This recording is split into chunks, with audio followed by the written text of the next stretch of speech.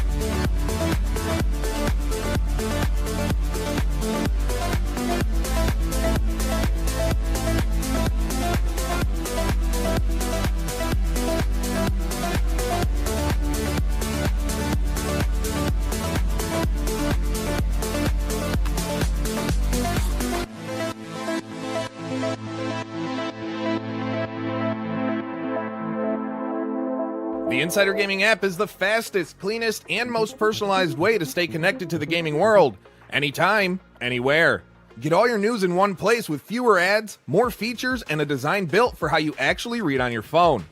And if that's not enough, unlock Insider Gaming Premium or Premium Plus for ad-free browsing, personalized feeds, weekly subscriber-only podcasts, and so much more.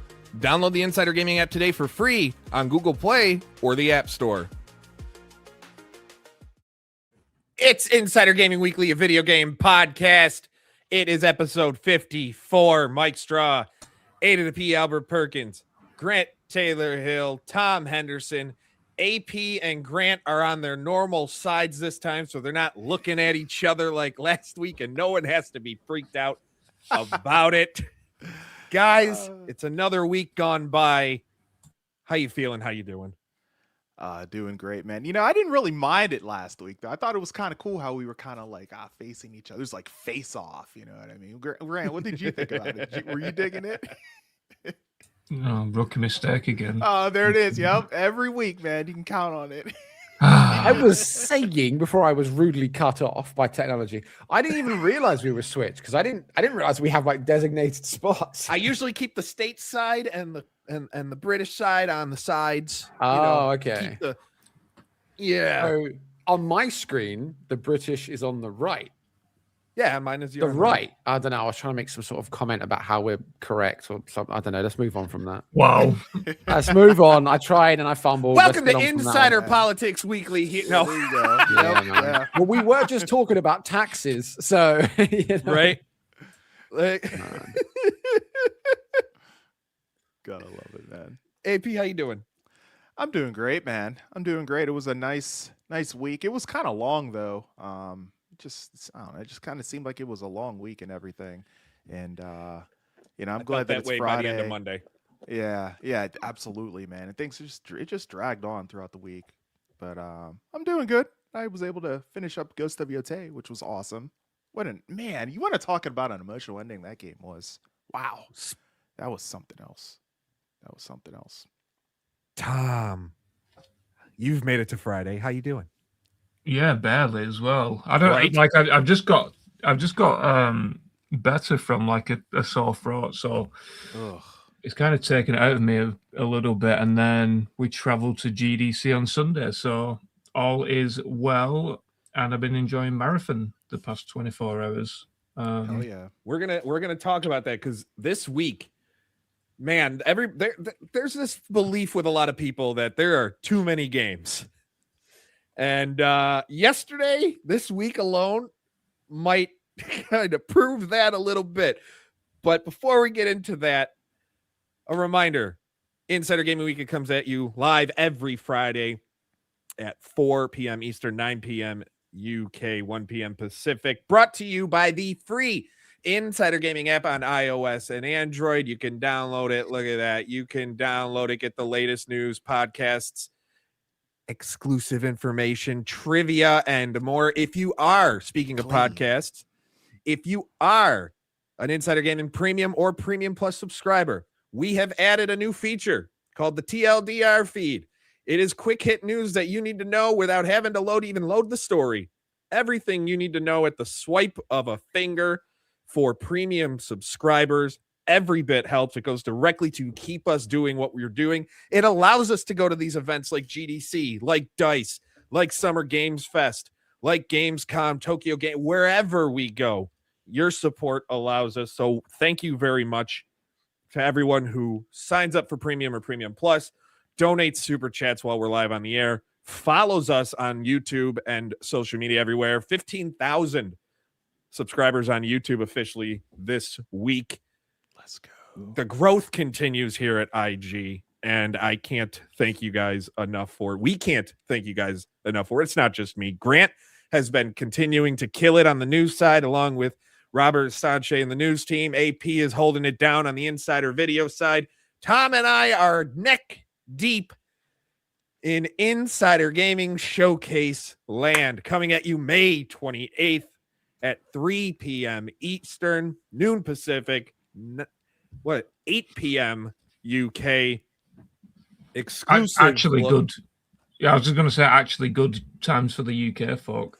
Yeah, we're not doing it at 1 in the morning. Yourself over and you just did it at stupid times. I know, yeah, right. Many a night shift. I'm looking forward to the Game Awards, man. 1 a.m., baby. Coming with you with exclusive looks at upcoming games, world premieres of never before seen games. We already have locked half of the games we are going to show, and man, can I not wait to tell you more. It is going to be one of the most exciting projects I've ever worked on in my 16 years in this industry. And saying 16 years makes me feel so damn old. You look it as well, Mike. A veteran in the game, baby. Veteran in the game. But we are this showcase. If you don't recall, you should. Insider Gaming Showcase May 28th, focusing exclusively on games that are looking for funding, looking for publisher backing, or both.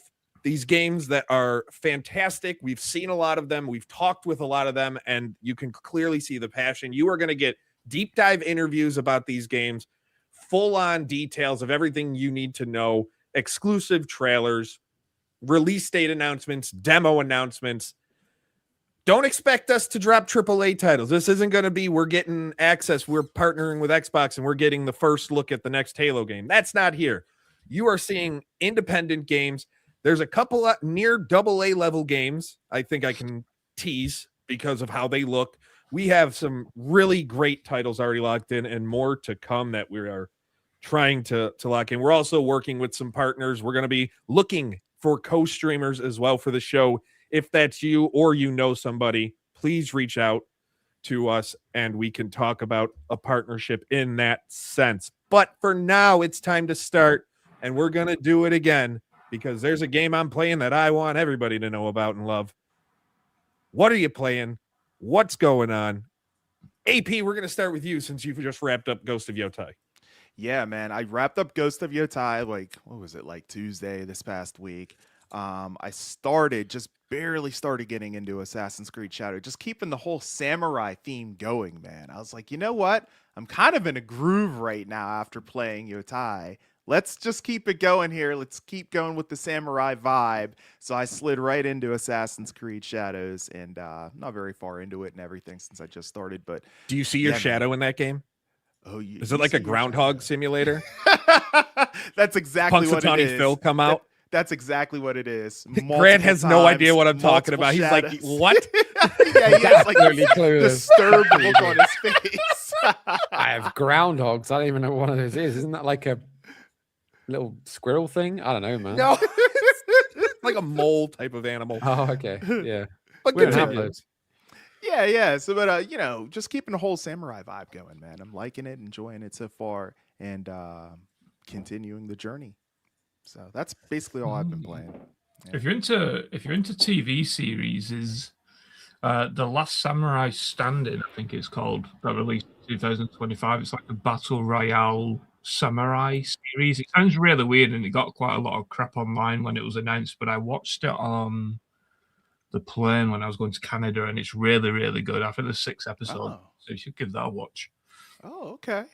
All right. I have to look into it. Nice. Thanks, Tom. Grant, Absolutely. what about you? What are you playing?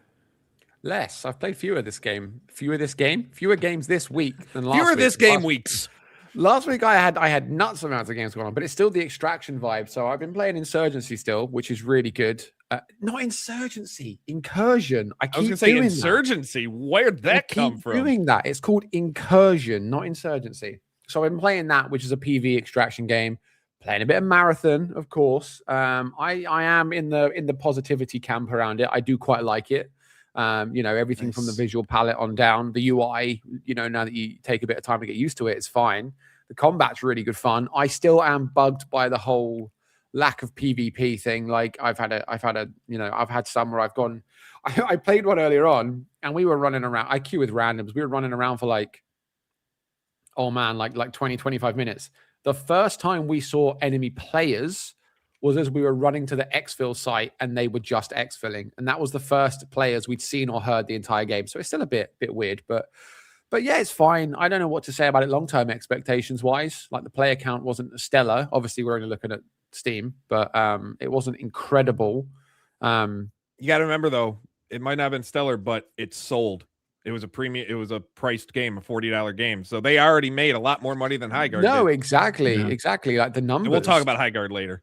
The numbers I had it peaked at 88,000, dropped to 31,000, but now it's coming up. Weekend's coming in, so it'll do good. And everyone's obviously playing the Arc Raiders comparison game that launched at 300,000 and it hasn't dropped below 190,000 peak on Steam. So that's still doing gangbusters, right? But that's it. And then apart from that, I played Dead Island 2 randomly because they added it on PS Plus recently, and I love me a zombie game. And if you've never played Dead Island 2 and you want one of the most visceral, visually gory, gratifying games you could ever play in your life, then Dead Island 2 is the one. You can pick zombies to pieces and hack them up, and it's a very, very, very violent game, but my God, is it good. It was worth the 10 years we waited for them to make it. So yeah, man, it's really good. Tom, you playing anything, or are you in in business land still?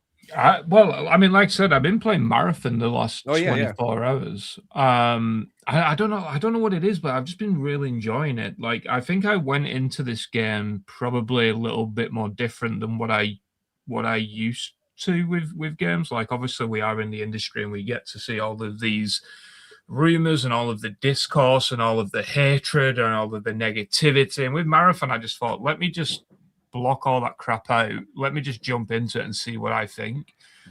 Admittedly, I hated Arc Raiders. I don't know why. I just didn't gel with it. So this is my opinion. I think Grant's already left, so that probably means that my resignation will be with you in the morning. No, we need the views, Grant. So my extraction shooter opinion probably doesn't matter to most, but I'm just really enjoying it. I'm like level 20 odd now. What's your main runner? Do you have a main runner show? The Mirage one, whatever it is, the healer. Oh, a triage, yeah, triage, yeah. So yeah, I just rock that because of the healing drone's just really good. But yeah, I don't know, and like cute. Adorable. Yeah. And I don't know, like, I think it isn't going to be Concord 3.0 or whatever everyone's saying online at the moment, because like you said, Mike, it's sold, right? And it's probably, let's say, 3-1 in terms of people playing on PlayStation. I would assume that a lot more people are playing on PlayStation. So, I mean, if they sold 500,000 copies already, then I mean, it's only 20 million, right? But they're on the way to getting up there, so to speak. There's probably a long way to go, but I don't know. It all depends on how much Sony wanted it to do well and how well they wanted it to do. But I think the game will stay around for quite a while. They will. Yeah. I could see it doing that thing. I will say though, so we're talking about sold on PlayStation. I don't want to use this as the full test, but barometer, it is not in the top 10 best-selling games right now on the PlayStation Store. It is 18th. Yeah, I mean, that's not ideal. That's behind game and this is based on that's behind games like Resident Evil Requiem, which is number 1, WWE, FC, EAFC, Arc Raiders is still in the top 12. GTA 5 is in the top 12. I think WWEFC. You imagine No. wrestlers playing football? That would be we can do it. We can do it with mods. But so we'll see where it is in about a week. That's where I am. Everyone's expectations are like it will grow and then it will slow and then it will drop and then you'll get a core audience. But the thing that will matter is what's Bungie's threshold for that core audience, right? Because the Highguard devs were like, oh, we don't need that many, but then it turned out they need more than they were ending up with. Were 200 or whatever it was on Steam, but it's transparency you never see. You never see developers come out and say, we're comfortable with this many players, right? Like you do if they're successful. Like the Arc Raiders guys were like, oh, we've got enough players and sales now that we've funded our next 2 or 3 games or whatever. I did see a post recently by Joe Brammer, who is I can't remember what he is. He's the CEO of Bulkhead. So he's working on War Dogs, which is a huge, destructive, massive, large-scale combat game. And he was really transparent. He said on Twitter, he said that War Dogs is looking for 3,000 to 10,000 concurrent players, and that is success for us. He said that at launch they'll have more, and it will fall off quick, but 3 to 10 players, and they're comfortable with it being a success. And I think that's transparency you don't usually see. I think that's a really bold thing to kind of put out there and say this is what success looks like for us. Because who else ever does that? That's something that's instantly going to bite them in the arse, though, right? If they only do get 5K. Concurrence and then they have to lay people off or whatever. It's one of those really difficult things to gauge in terms of what it means to be successful, because obviously with Highguard they just ran out of money, and there was nothing I think some developers came out and said they even ran out of money before the game released. With a game like Bungie, you've got to remember they probably did have a bit of, I don't know how the economics work, but they did obviously have a war chest from Destiny 2. They had the backing of Sony, so maybe success from them looks a little bit different and they don't need the immediate success. But does it mean that 20,000 concurrent players for a season is going to be enough? Only time will tell, right? And it's all about bringing in new players because like Mike said at the beginning, it is a game that isn't free to play. And I don't know. I was thinking of maybe doing an article or a video or something about the whole free to play model and how I think that is definitely dying out. It is, I feel. But yeah, we'll just have to wait and see. I mean, I think everyone anticipated that Marathon needed to do a lot better. But what the hell do we know? Yeah, and maybe this is what they expected on the PC side of things, and again, it depends on what it does on PlayStation, and I think Extraction has always done better on PC traditionally. That's where it's lived. It's only in the last year or so that it's even ventured onto console. But Bungie, Bungie people at this point, after they left the Halo franchise, people associate Bungie with PlayStation. Obviously, it's a PlayStation studio now. That's where a lot of it is. One game that came out that I wanted to get to on this that isn't having an issue finding players is Slay the Spire Dose. We've been looking forward to this game for years. Finally launched in early access. Eventually, I'll have an article on the website. Real quick, cheap plug. We had a number of great reviews go up in recent days, and we have more coming out. We had Scott Pilgrim EX go up. We had iRacing Arcade go up. Grant, you did the Bullies chair. Oh, we did a face-off. Bullies versus Sihu, man. Yep. Chair review. We had Gear Club Unlimited 3 reviews. We have more coming up next week. We have a lot of great reviews because now we are officially on Metacritic. It's been a while coming, and we finally got through, so you can find all our reviews there. So now we are helping the problem that people seem to have. We are joining the problem that people seem to have with scored reviews in Metacritic, but no, they go well.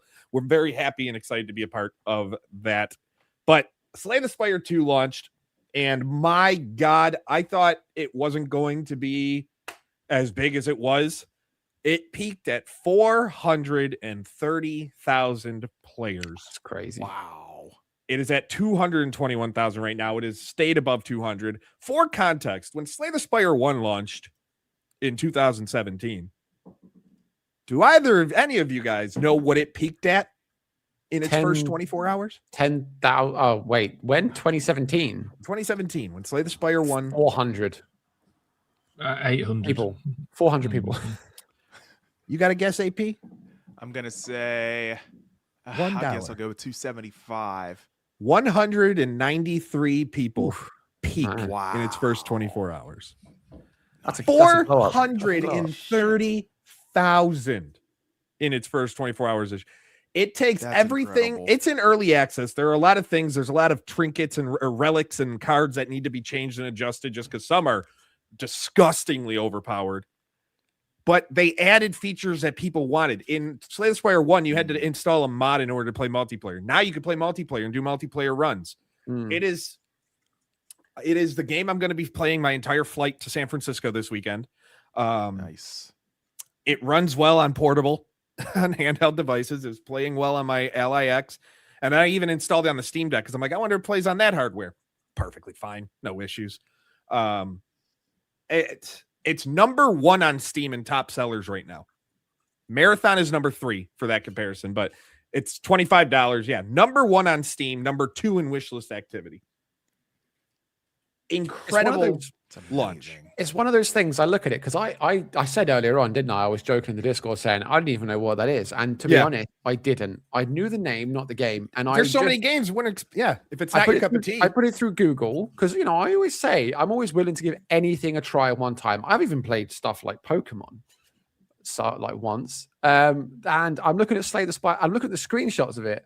I can't fathom why it's doing so well. I mean, maybe it's you got to play it. You got to experience it to understand it, right? The gameplay mechanics, dude. It's a deck builder. It's a roguelike deck builder. I've never played one of those. Where you take one of your characters, you build up your attacks, everything, your skills, your power, your defense is all set through cards and relics that you earn that give you different buffs. You go through and you see how far you can go.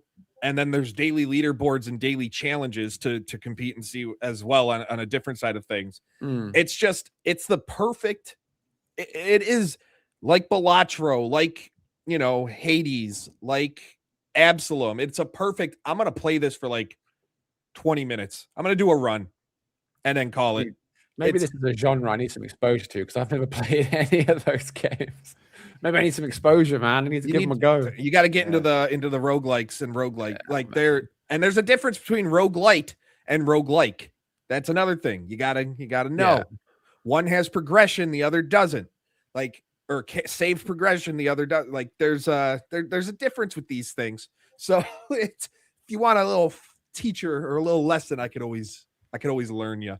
But I've been playing that, and it's been a nice little break from all the meetings and stuff for the showcase. But we do have news to get to. Before we do, a reminder, leave a like, subscribe to us on YouTube. If you are listening to us after the fact on Spotify, Apple Podcasts, Amazon Music, Pocket Casts, wherever you get your favorite shows, follow, leave a rating. It really helps. The more ratings we get on, especially Spotify and Apple Podcasts, the more they see and push us to the moon. We were one of 2025's best and fastest growing gaming podcasts on Spotify. We want to stay in that in 2026. So please leave us a rating, leave us a comment, subscribe, all of that fun stuff. Topic number 1. We're going to touch on it quickly because then we're going to get into Microsoft and Xbox. But we got more this week of PlayStation leaving PC for its single player games. We talked about it last week, right? We knew this was coming, but we had more information on what Microsoft is thinking thanks to Jason Schreier over at Bloomberg. And games that are already set to come are still going to come on the platform. So but games like Ghost of Yotei likely not going to be released. And a lot of it has to do with sales. They say they say a lot of it has to do with sales, but I think it's more so, and people have kind of gotten on me for this. They think I'm being short-sighted with this thought and that Sony really wouldn't care.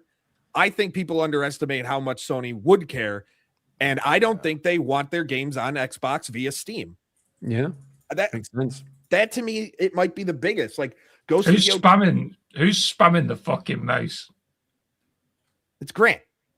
It's not me.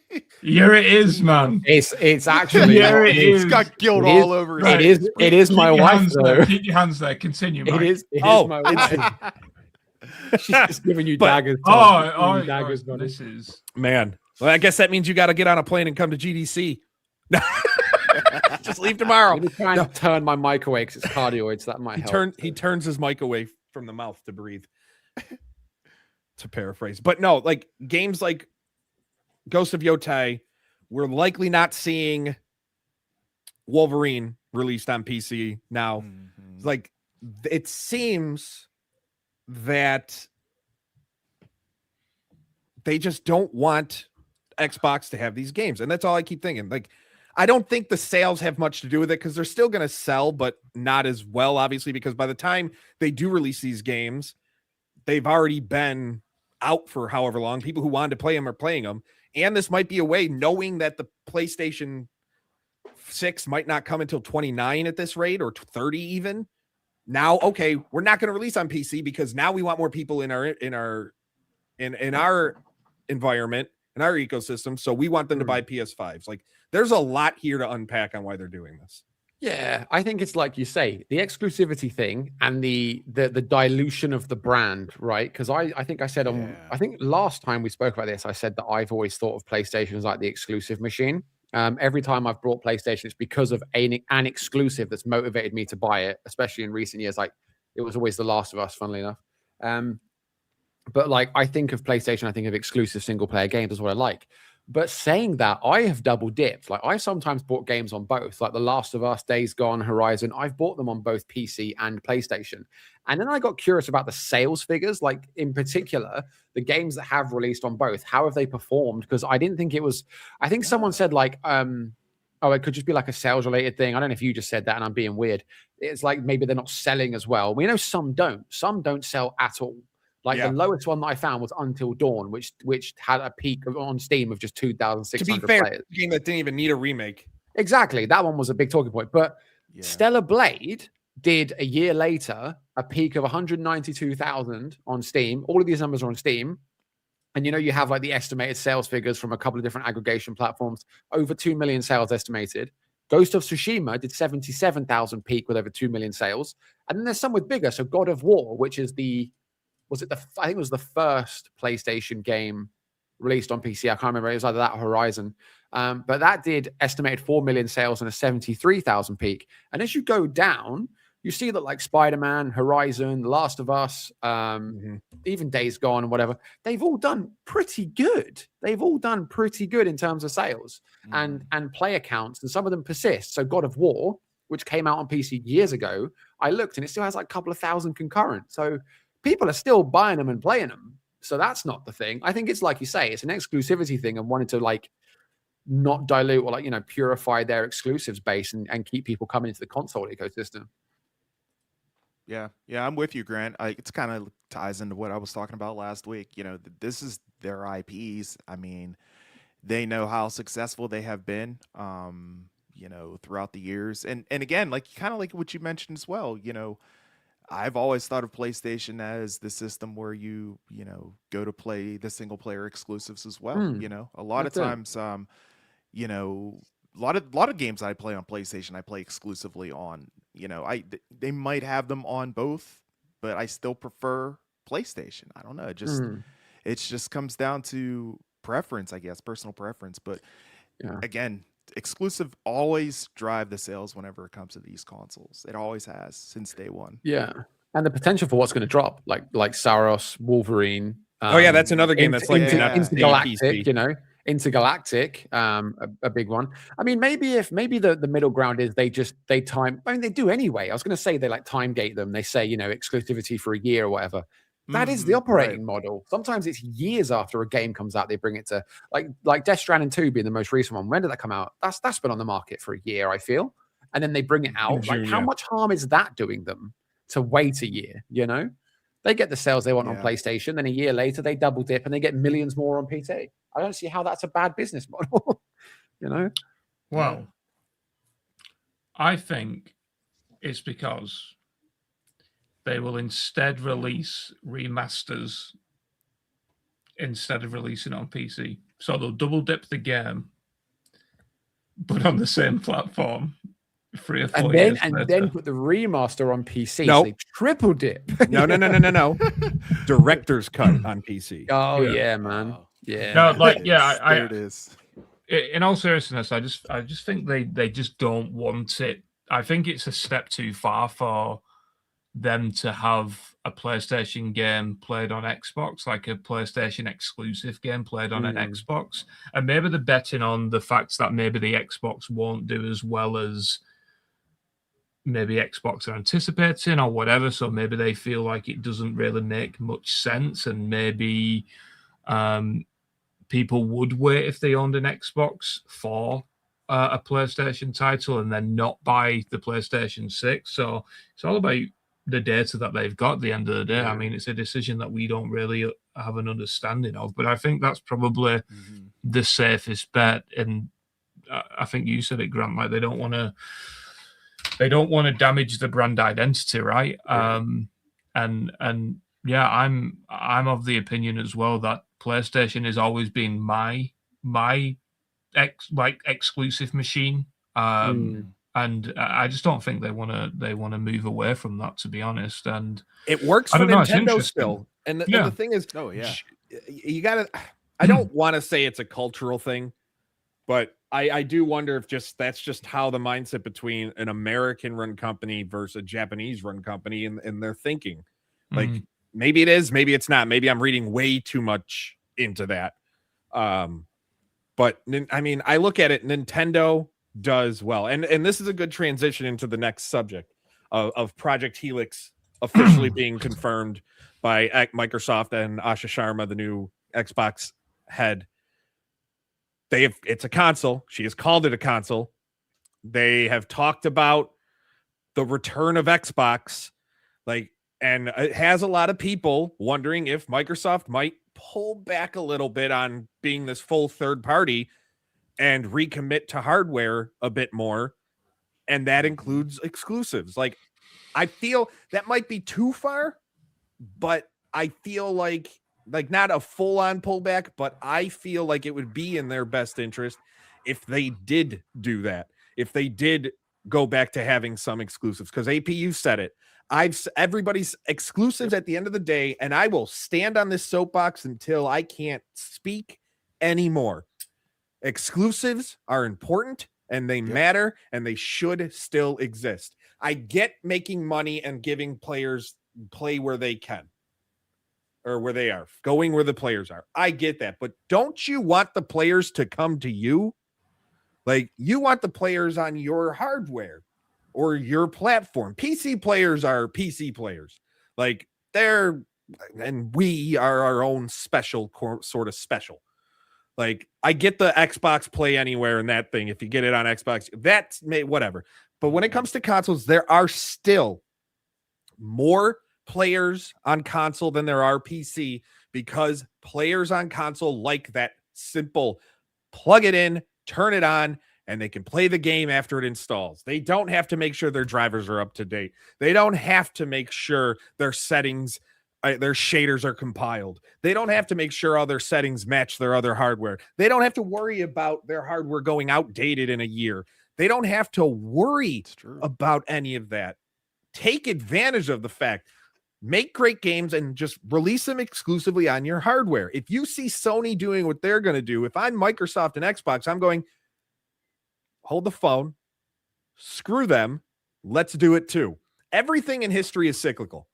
everything. And it's only a matter of time before we get back to that, I feel. And I'm willing. I know I made the thing where I said in 5 years' time, Halo would be bigger than Call of Duty. This is how it happens. Go. I'll see you doubling down. Go a little bit. Microsoft would have more success if they went back to the exclusive route. Every time they do these numbers, every earnings report, Xbox is down in sales. Go back to exclusives. Maybe not fully. Do the PlayStation route. Put your multiplayer games out on every system, but your great single player experiences, make them exclusive and make me have FOMO. That's the way to go. Yep, I completely agree with you, Mike. That was when Xbox was the most successful, when they had their own exclusives, right? And looking at it now, they have this model where, you can play it, day one here. You can play it day one on PC. It's just like, and then it comes over to PlayStation eventually. It's like, why don't you just have the way you had it before whenever you were the most successful, release only on Xbox? You don't necessarily have to. Maybe the day one model works, but I mean, it feels like they were the most successful whenever they had it straight up with exclusivity. So I think they should go back to that model, and also more exclusive games too. I think would be the way to go too. Someone did make a good point. The games have to be good. Yeah. Phil, our great man, seeing that face makes me sad. Our great Phil McCook. The games have to be good. Yeah, that's a big point. Redfall wasn't good, because I saw someone, Fuzzy, made the comment about Redfall. Redfall was not good. You think Redfall? We're not going to get into this. Tell me, Michael. Did you play it? Yeah. To any extent? I put about 4.5 hours into it.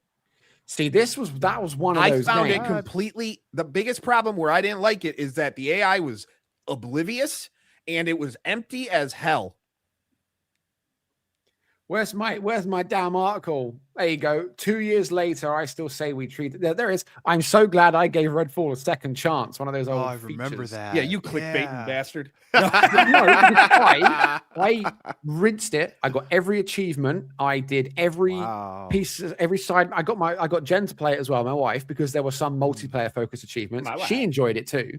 And I would play another one. I'd play it again. They took it offline and they made it so you could play it after the shutdown and everything, which was great. I haven't been back to it since because, like I said, I did everything, but I did not mind it. I actually it was too boring for me. It was too the emptiness and the AI really ruined it for me. Maybe if I go back and with updates, it's not as that way, but so it might be worth a shot. But it just felt empty. I remember posting a clip online.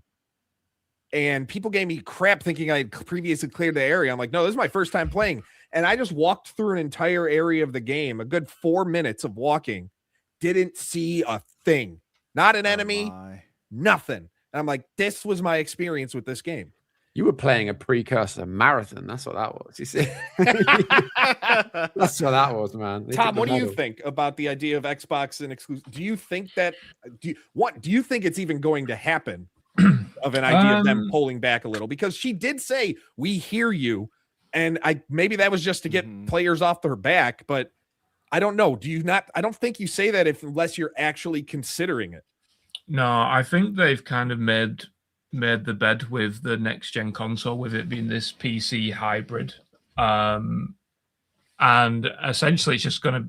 I mean, they call it a console, but I don't know. From what it seems like, it's almost like a pre-built PC in a way, right?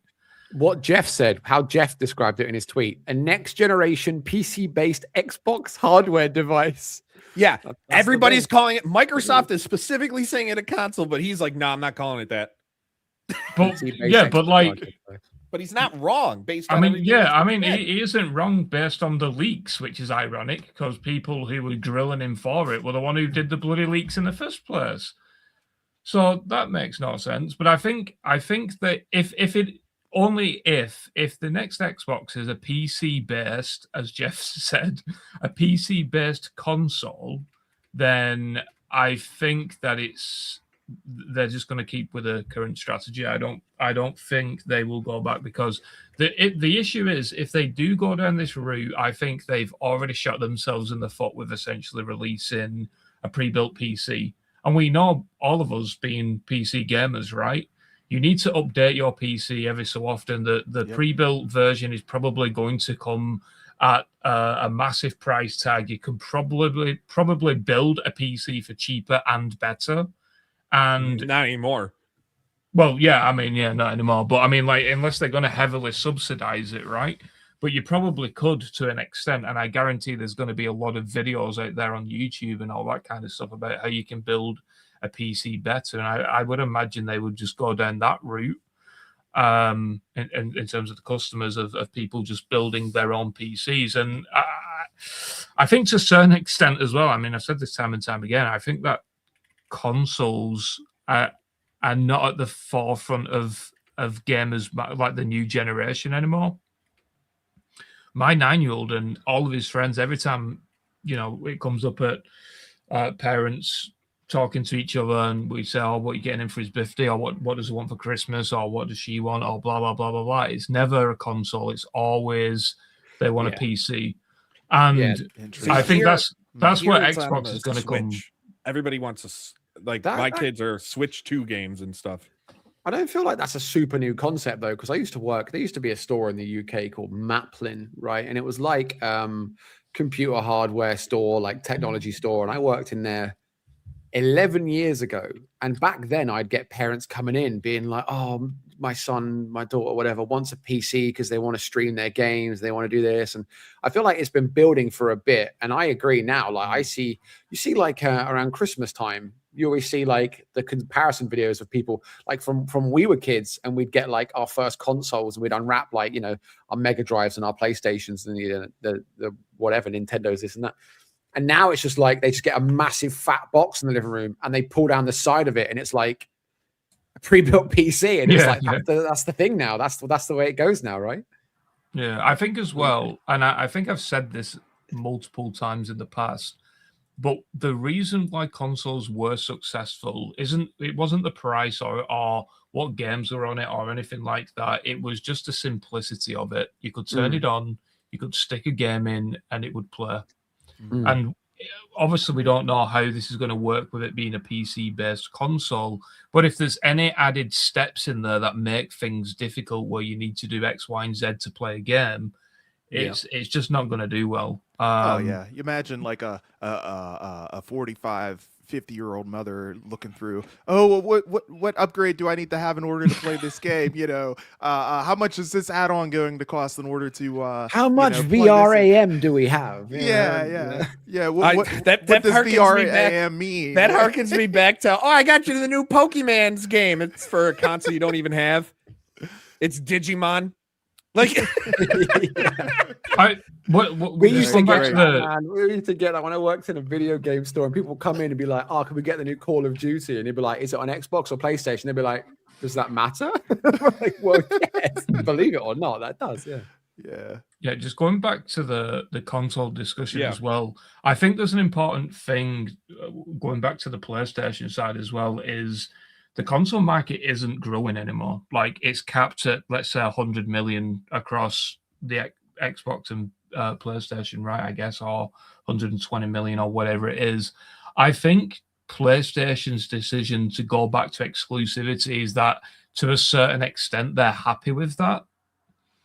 And as long as they can shift those PlayStation units, then they're satisfied, right? Because they know every time they release a first-party banger, it's going to do 10 to 20 million copies or whatever, which isn't small change, right? That's between 700 and 1.4 billion. And I guess they're satisfied with that. It's going to be a very interesting generation, I think. Like the changes from either side is going to be very interesting. I just think that it's too late now for Xbox to go back, unless they go back to the drawing board entirely and say, right, we know that, because we know that there's insider trading in terms of like spies at other console manufacturers and whatever. Like, Xbox know what PlayStation are doing, right?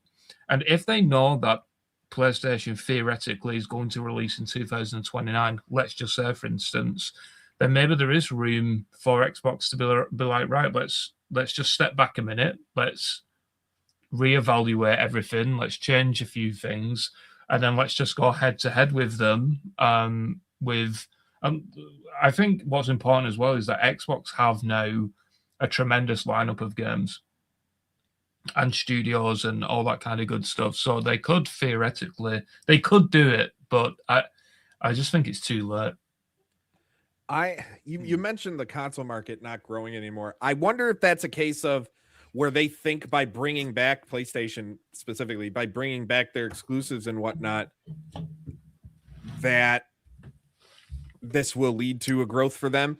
But also a big reason I think it's not growing is because people viewed consoles as the cheaper way to get into the gaming.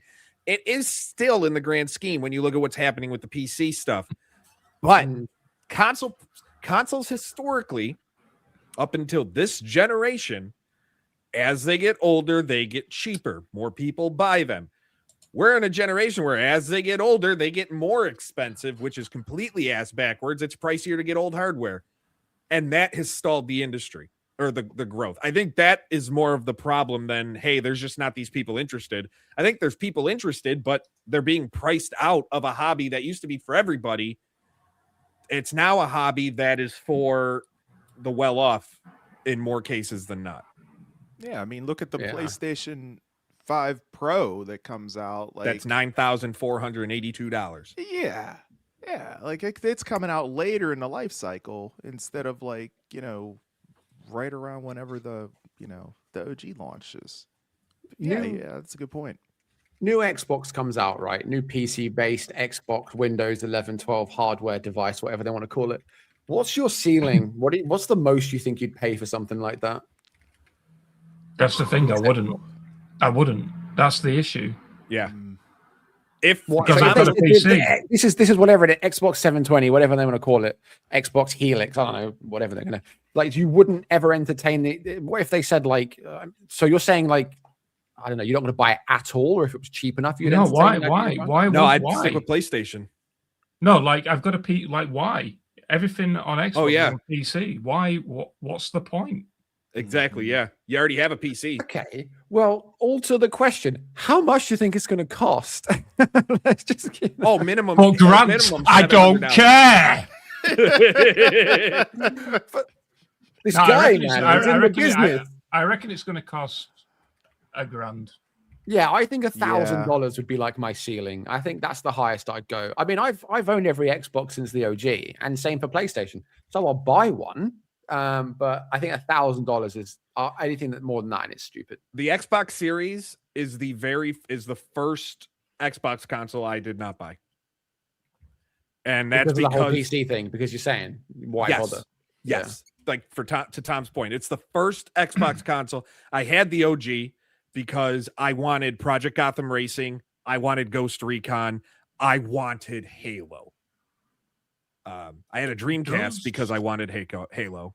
I had a PS2 because I wanted the WWE SmackDown series. I wanted SOCOM. Like, SOCOM. I think the only reason why you would buy a new Xbox would be all of the backwards compatibility if you're already in the ecosystem. Yeah. But then it begs the question: how on earth are you going to grow the thing past that audience, right? Yeah. And even if it's $1,000 or it could even be higher, who knows? But if it's $1,000 and my son says he wants one, I'll just be like, well, I will literally just build you a PC. Or it might cost what you got, it might cost me a few $100 more or pounds or whatever to do it, but then at least you're going to be able to do everything that a PC can do and a lot better. Yeah. And also play all of the games anyway. Yeah, that's the big thing. If Xbox doesn't have games exclusive to that system, there's zero incentive to buy a new console. Zero if you have a PC. There's incentive to buy a PlayStation 6 when it comes out. Because know there's going to be games that you can't play anywhere. Yeah. I mean, that's why you still buy Nintendo. If PlayStation 6 releases with free exclusives on day one, they've won. Right? Yeah, we already know GTA everyone- 6 is going to be a PlayStation 6 launch title because it's when it gets delayed 4 more times. We know Reddit. There it we is. know Yep. Destiny 3 will be a PS6 launch title. To be fair, that's not even a joke. That's what I truly believe. No report. This is just in my mind what I've convinced myself. Reddit. Destiny 3 will be a PS6 launch title. That's kind of how I feel. Nah. I don't think they can turn it around that fast. That fast. I guarantee you that not fast. It's been in the works for years. Nah. Not to the extent where it needs to be, I don't think. Hold on. I want to address something. There was address a chat. Are you going to mention the Steam machine? I will. I'm going to get to that okay. next, but I saw this. More Law is Dead said the next Xbox rumor have equivalent of a 5090 perf for $100. More Law is Dead doesn't know shit. He got lucky a couple times, but most of his stuff is in development hardware and not finalized. Most of the stuff he shares is nowhere near finalized, and it's a lot of ideas and what they're trying to see if they can do, but more often than not, it's not true. Yeah, I thought it was more speculation and educated buyers beware. guesses. But the Steam machine. So Shinobi, someone mentioned Shinobi suggested the Steam machine might be delayed. That kind of goes alongside with what I've been told and I've been hearing.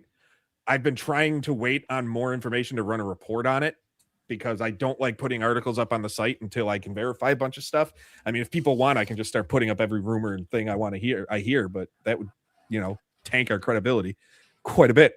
But they don't know what to do about the pricing. They don't want to piss off their community, but they know they don't want to be a loss. So they're still trying to figure that out. They're also dealing with a lawsuit from New York State. There's also talks of, we saw Nintendo sue for refunds on tariffs. Valve might do it too. Other companies might do it too, because they want to recoup some of this money that they ultimately were forced to pay to get these components in. So there's a lot at stake here for Valve and what they're doing. It was supposed to be, the original plan when they announced it was supposed to launch this month. Their hardware was all supposed to be out in March. That was pushed to like mid 2026.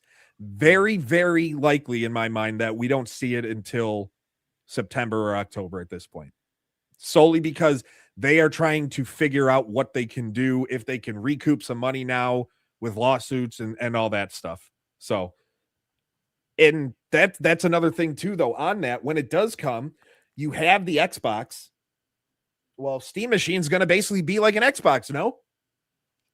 Because if the Xbox is going to be basically a PC that can play Xbox games and PC games, and Xbox games are all going to be on PC anyway, then a Steam Machine is an Xbox.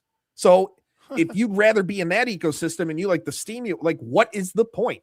Yeah, it's all very confusing to me. Go back to exclusives, make it simpler, bring back movie tie-in video games, save the industry. Yes, that's very specific. Movie tie-in video games. Save the industry. You can do it, people. Next topic. We do have to move on because we could sit here and debate this the whole time. Highguard is done. We knew it was coming. Done. It was inevitable. Layoffs. But now on March 12th, it is going away forever. And all the blame continues. Gaz did a great, if you haven't seen the video, it is higher on YouTube. Gaz did a great piece on how and who's to blame really for Highguard's failure and why it's not. The blame shouldn't solely be thrown at Jeff Keighley. But now we're getting more about this. We found out Tencent was an investor. We found out they pulled funding. And then we see one of the studios, the co-founders of the studio come out with, well, we had to release the game because we ran out of money. Everything about this project was screwed from the beginning. Wow. Had nothing to do with the Game Awards at this point. I am a firm believer the Game Awards had nothing to do with it.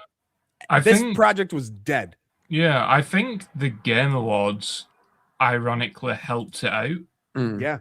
And it would have done far worse. I'm not saying it would have died sooner or whatever, but obviously the numbers would have been lower. Obviously, people probably played the game because of all of the fallout, just to kind of see how it was going to be. But if it weren't for Jeff, like, I mean, obviously he's going to get a lot of blame, but it would have failed regardless. I don't know. I think some really interesting stories are still yet to be told about that game. Hopefully, we're I hope the we can ones get to it. report on it. But to me, it just screamed of a lot of toxic positivity and all that kind of stuff. And it's like, how did you not see this coming, guys? Like, seriously, like, you know what I mean? Like, how did you not see this one coming? And I mean, unfortunately, it means that we've seen pretty much, I think the entire studio's now out of a job, right? Which is about 100 developers. It's just unfortunate all around. And I also want to say another very small point is, please stop relying on what you've worked on in the past to sell the next game. Yeah. Because I think this has just proved that things change, the industry changes, games change, audience change. What you've done in the past, I mean, even now we're seeing it, right? Like some of the pitch decks we get sent and stuff for some games. There's people like, oh yeah, we worked on Call of Duty, we worked on Halo, we worked on Battlefield, all of these massive FPSs, and then you look them up and they worked on it like 20 years ago, and it's like, well, it doesn't mean shit anymore. Yeah, it means absolutely nothing. And yeah, I mean, it's just unfortunate all around. A bit of a tangent there, but unfortunate all around. But yeah, it was inevitable. Writing was on the wall, man. I think I came into it with like guarded optimism, thinking like, what if it just succeeds? You know, what if we're all wrong? But that's how I approach a lot of stuff. Like I think I've said before, I play a lot of games that not many people play. Just because I like roguelikes. Except roguelike and deck builders and all that stuff. That's not for me. But I like to give games a go, right? I'm the kind of guy, I don't care if I'm the only person playing a game. If I enjoy it, I'll keep it up. Hold on, real quick. Don't want to mean to interrupt again, but wasn't that a situation recently with you? Yes. Where you were the only one in the world on Steam playing a game? Yes, I was the only person on Earth. It was a game called Escape from Jungle Cove. I'm not kidding you. And it was this really weird survival game. It was $2 on Steam. It had just come out and I jumped on it. And it was so weird. If you guys have ever seen Humanity, it's kind of like that, like an isometric zombie survival game. But it was really weird because it's an early access thing. So like the trailer they put out for it was not indicative of the game at all. It was a shambles. But I streamed it. We had so many people coming in being like, oh, what is this game? Is this Humanity? But I checked Steam DB and I was the only person playing it. And then at one point we got it up to 2. So I was like, I have single-handedly doubled this game's player base. That was good. But I do that. I play a lot of games that are very small. Actually, one that I was really enjoying, a game called Highguard, which is a fantasy extraction game. The studio behind it, Notorious, they were stood up by a guy called Chris Kaleki, who spent years working on World of Warcraft at Blizzard. And he came away to make a fantasy extraction game. They just announced a couple of days ago that the game is being shut down at the end of March because of a lack of players. And that to me is my wife and I were playing it. That was my wife's first ever extraction experience, and we were loving it. And now it's going just because there's not enough players. So I do feel for the guys at Wildlight, live service games, like and that's it. And that's why everyone starts thinking, like Marathon comes out, and they're like, "Damn, $50." Hold on, yep, we're interrupting. I'm halting. T. LaJoy, $50 hello and goodbye. My people need me. Wow, you are our people. Thank man. you so much. Like, I don't even know what to say. That's nuts. We bow to you, good sir. Everybody who's still in the chat, you better thank TJ too, or T LaJoy. TJ. I keep wanting to say I'm TJ. In the chat. Dubs in the chat. Yeah, big dubs. Just to drive by 50. Those are the drive-bys I like, Fuzzy. Or drive-through. I like drive-throughs. Yeah, that's much more Okay. comfortable. On that note, back to you with No, the games that being was shut it. down. That was it. So like just saying, like, I feel for the guys at Wild Light. Obviously they it's a tough situation, but I looked at the player base a minute ago and it went from the all-time low for that on Steam was 106 players, which it boggles the mind that it could go that low so quick, just so quick. Just I can't remember in recent memory a game that fell so hard so fast. Like really, that from announcement to closure, 3 months. I don't think I've ever seen a game bomb that quick. Absolutely unbelievable. Yeah, Yeah, like man. there's been a few. Someone did something on quickest to shut down. AP, give your thoughts while I look this up. Yeah. I was just gonna say, thinking back on what Tom was saying there. At the end of the day, man, there's no marketing for the game. The marketing for this game was the freaking Game Awards, right? Yeah, then they And were they- like, we're not going to talk about it because we Yeah. want to do a shadow drop. That's not how that works anymore, buddy. Once it's Nope. out there, you got to start talking. Yeah, exactly. People are going to want to know. man. They're going to be asking questions, want to know anything. And I think we even talked about it before. It was even to the point that like a fan had created like a page talking about the game. Yeah. It wasn't even an official page, for the game. It's like, that what was the it, hell? man. You do get that a Unbelievable. lot these days, though. One thing I was complaining Yeah. about the other day is that you get a lot of these profiles coming up on like Twitter and stuff. Sorry, X. Twitter. And they're like, Even This- Musk referred to it as Twitter recently. this bulletin, this intel, this newsreel, whatever. And every single one of them has their blue tick. Every single one of them posts the same stuff. And they all basically RP being an official source. And you get it for they're there for Marathon now. They're there for Arc Raiders. Every new game that comes out, you get this slew of pages with their blue ticks trying to be like official sources of news for the game. So you Mhm. had that. Someone tried to get that going for Highguard, but they obviously they had nothing to say because no one knew anything. So, Another day, no news. Yeah, that's basically it. That would have been I think a page that would have done well. Is there Highguard Yeah. news today? No. Yes or no? And this is every day. No. So I found the post. Someone's like, for comparison, Kim Kardashian's shortest marriage lasted 72 days. These are the world leaderboard for shortest live service game lifespan. The current leader is The Culling 2 at 8 days before it was shut down. Concord was 14. Crucible was 41. Highguard was 45. Highguard shut down quicker than the day before, which was 46. Oh man. Wow. Rumbleverse was 201, and Babylon's Fall was 361 days. Those are the top 7 games in terms of quickest to shut down. I think what differs with all of those though, and Highguard is, I mean, me specifically saying between reveal and shutdown, because like you look at the day before, that had years worth of build up before it came out, to have your game uncovered for the first time and then 3 months later you're all walking out the office because that's it, it's done. That must be mind-blowingly soul-crushing, That's a record. Like that's just nuts, man. Yeah. I'd be wrecked. This is, but yeah, you feel for them, but they to me at the end of the day, I'm gonna sit there and say they are at fault for why it went poorly. Yeah. Their decision to stand by, we're not gonna say anything after this major reveal, was not the right call. The comments before launch of we don't need to player retention or we don't need a lot of players to keep the game going. Okay, that's going to make you look like a fool. And people are already going and calling back to those comments regularly. They're the butt of jokes at this point. Like, people joked prior, it's Concord 2. And then they did everything to prove them right. You think you're going to get what we're talking about, people going to like, former Titanfall devs or whatever? Do you think you're going to see a trailer come up in a few months, be like, from the developers of Highguard?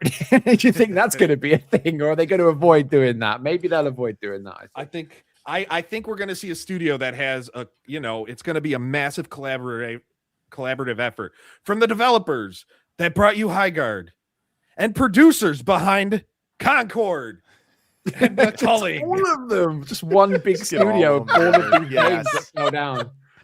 Yes, there we go. We're going to see it. Comes a timed PlayStation exclusive. Available Life's so anywhere but Xbox. A new breed of shooter. Oh, here we go again. We should totally have Gaz do a video like that, a parody video for the YouTube channel, Tom. No. One simple answer: no.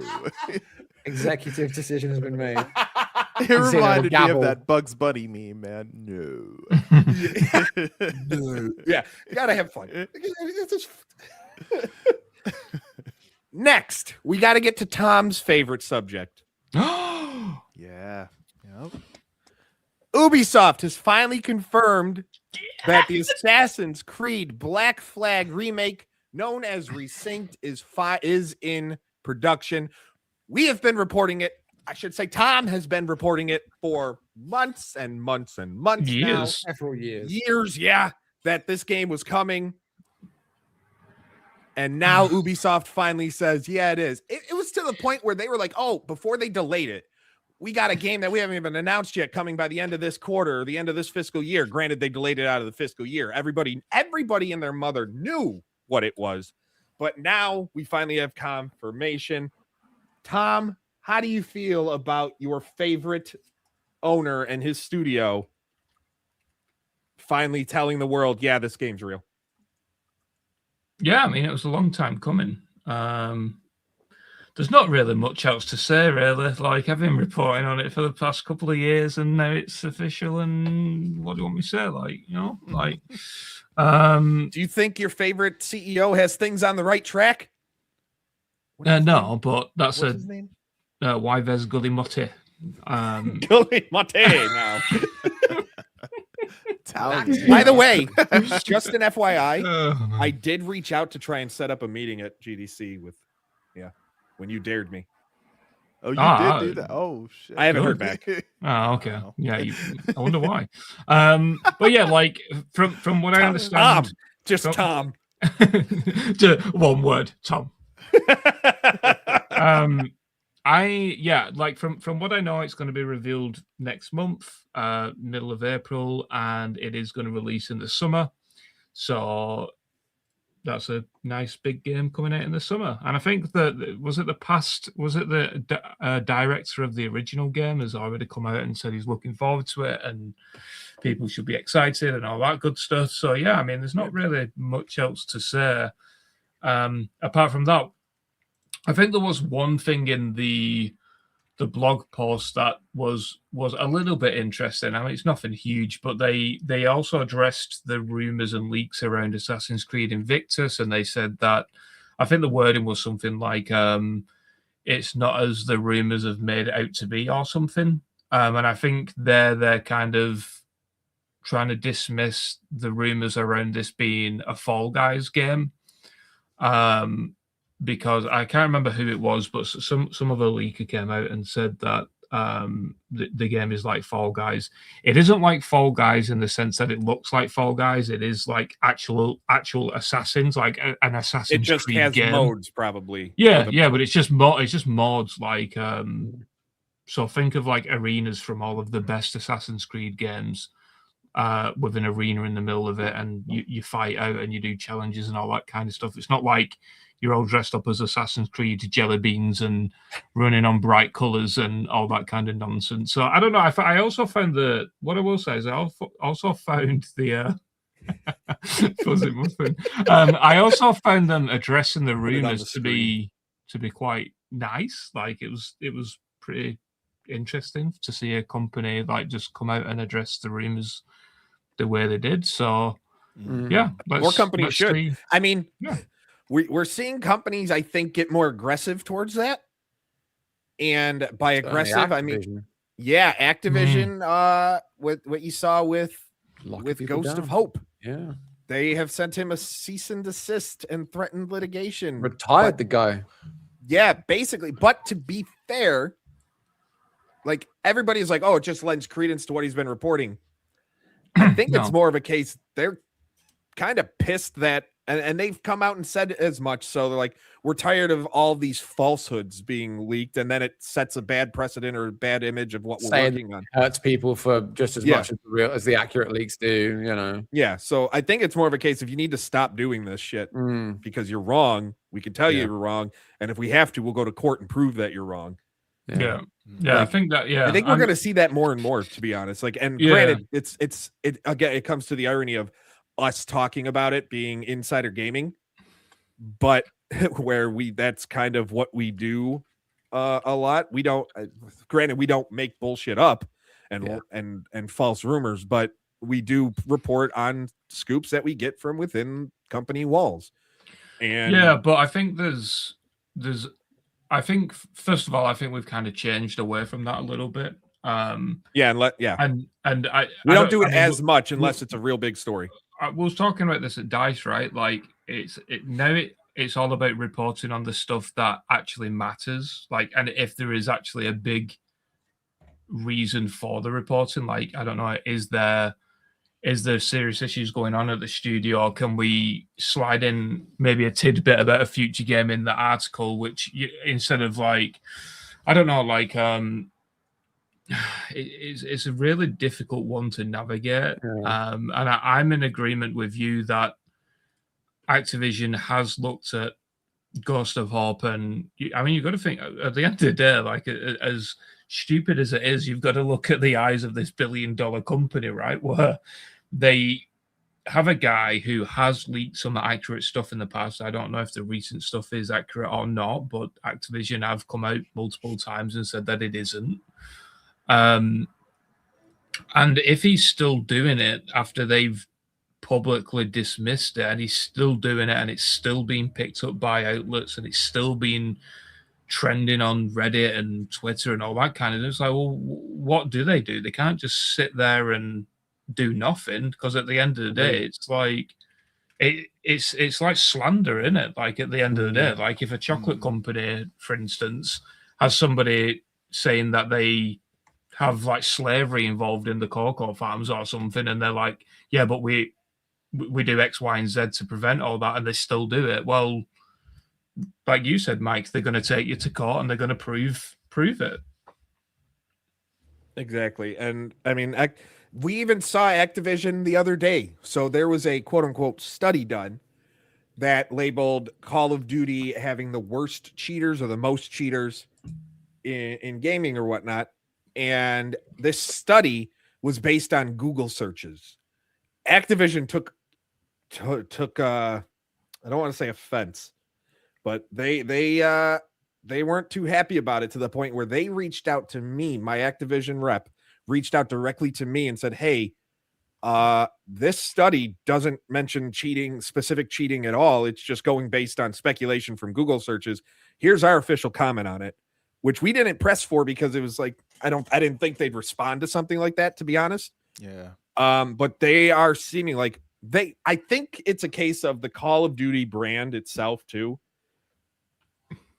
is not in the best place that it's been in its entire history. Hell no. So they are doing what they can to try and change the narrative around it. Granted, the only way it's going to change is if Modern Warfare 4, or whatever they call the next one, is stellar. The only way they're changing it is if the games get better, but they are doing what they can here to try and not necessarily control the message, but make sure what is being reported is as accurate as they can make it. Yeah.